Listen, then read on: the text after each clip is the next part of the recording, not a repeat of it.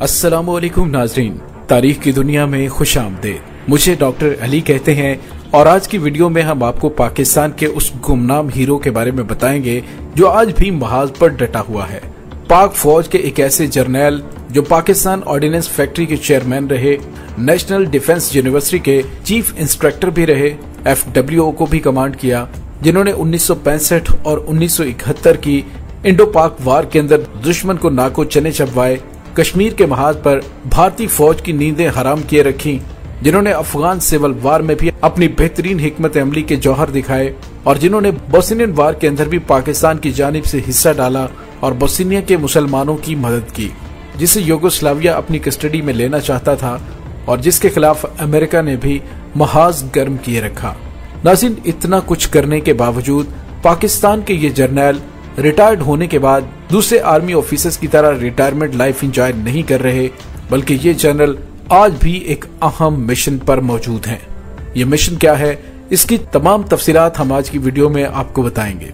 Video की तफसील में जाने से पहले हमारे चैनल को सब्सक्राइब कर लीजिए और बेल आइकन को जरूर दबा दीजिएगा ताकि हमारी आने वाली वीडियोस सबसे पहले आप तक पहुंच सकें। नाज़रीन, पाकिस्तान के इस हीरो का नाम है लेफ्टिनेंट जनरल जावेद नासिर। नाज़रीन, आपने यकीनन वतन के इस बहादुर सपूत का नाम नहीं सुना होगा। जावेद नासिर 1936 में लाहौर में पैदा हुए, लेकिन ये कश्मीरी नजाद हैं। इंटरमीडिएट कंप्लीट करने के बाद उन्होंने 1953 में military college of engineering Risalpur को ज्वाइन किया और इस तरह वहां से BS ऑनर्स सिविल इंजीनियरिंग के बाद as a second lieutenant Pakistan की मुसल्लह अफवाज को ज्वाइन किया और पाकिस्तानी फौज की इंजीनियरिंग कोर में अपनी खिदमात सरंजाम देने लगे।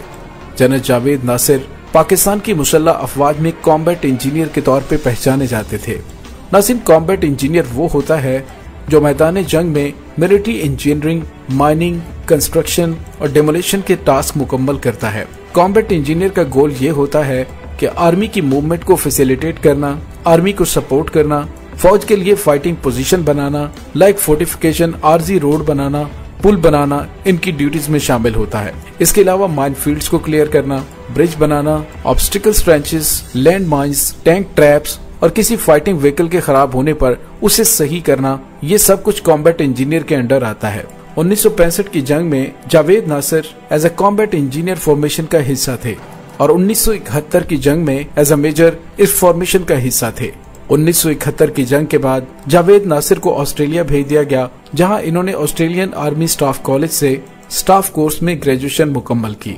1980 की दहाई में उन्हें नेशनल डिफेंस यूनिवर्सिटी इस्लामाबाद भेजा गया, जहां उन्होंने स्ट्रेटेजिक स्टडीज में MSc की, जिसके बाद उन्होंने armed forces war college join किया, जहां पर ये 7 साल तक वार स्टडीज पर कोर्सेज करवाते रहे और उसके बाद चीफ इंस्ट्रक्टर के ओहदे पर प्रमोट हुए। 1986 में इन्हें रशियन अफगान वार में उतारा गया, जहां ये अफगान तालिबान को ट्रेंड करते थे, या यूँ समझ लीजिए कि मुजाहिदीन को तैयार करने में इनका एक अहम रोल था। यही नहीं बल्कि उन्होंने अपने अंडर कमांड काम करने वाले अफगानियों को उन्हें इस्लामी तालीमात भी दी, उन्हें दुआएं याद करवाईं और उन्हें 5 वक्त का नमाजी भी बनाया। जनरल जावेद नासिर ने शोहरत उस वक्त हासिल की जब उन्हें ओजरी कैंप वाले वाक़े में इंस्पेक्टर जनरल तैनात किया गया। इन्होंने महीनों में खत्म होने वाला काम अपनी जिंदगियों को खतरे में डालकर सिर्फ 2 हफ्तों में मुकम्मल कर लिया। इन्होंने पूरे स्टोरेज के केमिकल मटेरियल और एक्सप्लोजिव को क्लियर किया। नाज़रीन, जिनको ओजरी कैंप के वाक़े के हवाले से नहीं पता, उन्हें ये बताता चलूं कि ओजरी कैंप रावलपिंडी में मौजूद आर्मी का एमुनेशन डिपो था, जहां पाक आर्मी के हथियार रखे जाते थे। लेकिन उन दिनों उस कैंप पे ज्यादातर वो हथियार मौजूद थे जिनको रूस के खिलाफ इस्तेमाल किया जाना था और वो तमाम हथियार अमेरिका और दूसरे इत्तेहादी ममालिक से मिले थे।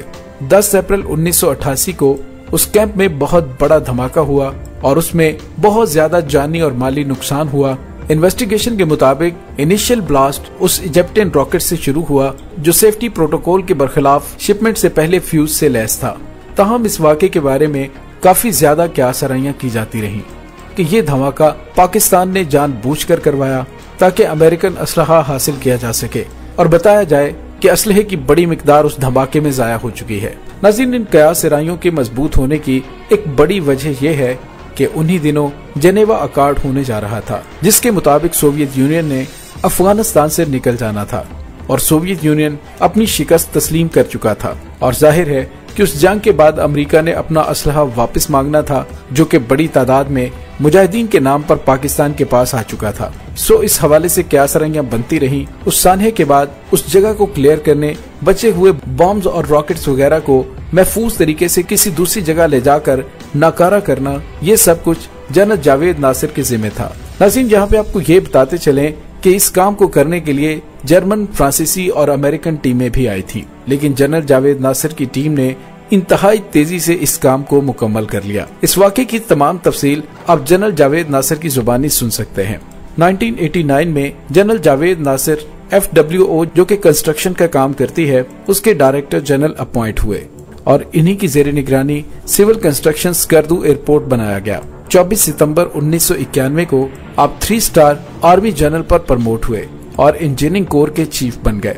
4 फरवरी 1992 को उन्हें लेफ्टिनेंट जनरल के ओहदे पर तरक्की दे दी गई और वहां में मौजूद पाकिस्तान ऑर्डिनेंस फैक्ट्री के चेयरमैन बन गए, जिसके बाद 14 मार्च 1992 को इन्हें पाकिस्तान की खुफिया एजेंसी ISI का डायरेक्टर जनरल बना दिया गया। उनके DG ISI बनने के सिर्फ 1 महीने के बाद बोस्निया की जंग शुरू हो गई। ये क्लैश बोस्निया के मुसलमानों और सर्बिया के दरमियान था। बोस्निया की जंग के दौरान पाकिस्तान की खुफिया एजेंसी ISI एक फाल फौजी प्रोग्राम चला रही थी, जो कि 1992 से 1995 तक जारी रहा। जनरल जावेद नासिर की निगरानी में इस प्रोग्राम पर अमल दरामद होता रहा। इस जंग में बोस्निया के मुख्तलिफ मुजाहिदीन के ग्रुपों को असलहे की मुनज़्ज़म फराहमी और तकसीम को मरबूत बनाया गया। दोस्तों, याद रहे कि अक़वाम मुत्तहिदा ने इस जंग के दौरान बोस्निया पर असलहे की पाबंदी लगा दी थी कि UN मिशन के तहत वहां गए हुए फ्रांस और दीगर ममालिक के दस्ते हालात खराब होने की वजह से अपनी फौज को वापस बुलाना चाहते थे। ऐसे मौके पर पाकिस्तान ने बोस्नियन मुसलमानों की हिफाजत और सर्बियन फौज का मुकाबला करने के लिए अपने फौजियों को वहां रखने का वादा किया। सिर्फ यही नहीं, बल्कि अक़वाम मुत्तहिदा की जानिब से असलहे की पाबंदी के बावजूद पाकिस्तान ने ऐलान किया, हम बोस्निया की हुकूमत को असलहा फराहम करेंगे। जनरल जावेद नासिर ने बाद में इस बात का एतराफ भी किया कि बोस्निया में अक़वाम मुत्तहिदा की जानिब से असलहे पर पाबंदी के बावजूद ISI ने बोस्नियन मुजाहिदीन को एंटी टैंक हथियार और मिसाइल फराहम किए, जिन्होंने जंग का रुख बोस्नियाई मुसलमानों के हक में मोड़ दिया और सर्बों को मुहासरा खत्म करने पर मजबूर कर दिया। सन 2011 में साबिक यूगोस्लाविया के लिए इंटरनेशनल क्रिमिनल ट्रिब्यूनल ने 1990 की दहाई में सर्बियन फौज के खिलाफ बोस्निया के मुसलमानों की मदद करने के जुर्म में पाकिस्तानी हुकूमत से मुतालिबा किया कि वो ISI के चीफ जनरल जावेद नासिर को कस्टडी मिले, लेकिन हुकूमत पाकिस्तान ने कहा कि जनरल जावेद नासिर की सेहत बहुत खराब है, इसलिए हम जनरल जावेद नासिर को अक़वाम मुत्तहिदा के ट्रिब्यूनल के हवाले नहीं कर सकते। नाज़रीन, अगर आपने अल्फा ब्रावो चार्ली ड्रामा देखा हुआ है, उसमें भी पाकिस्तान ने बोस्निया की मदद करने के हवाले से रोशनी डाली थी, जिसमें कैप्टन गुलशेर खान बोस्निया जाता है।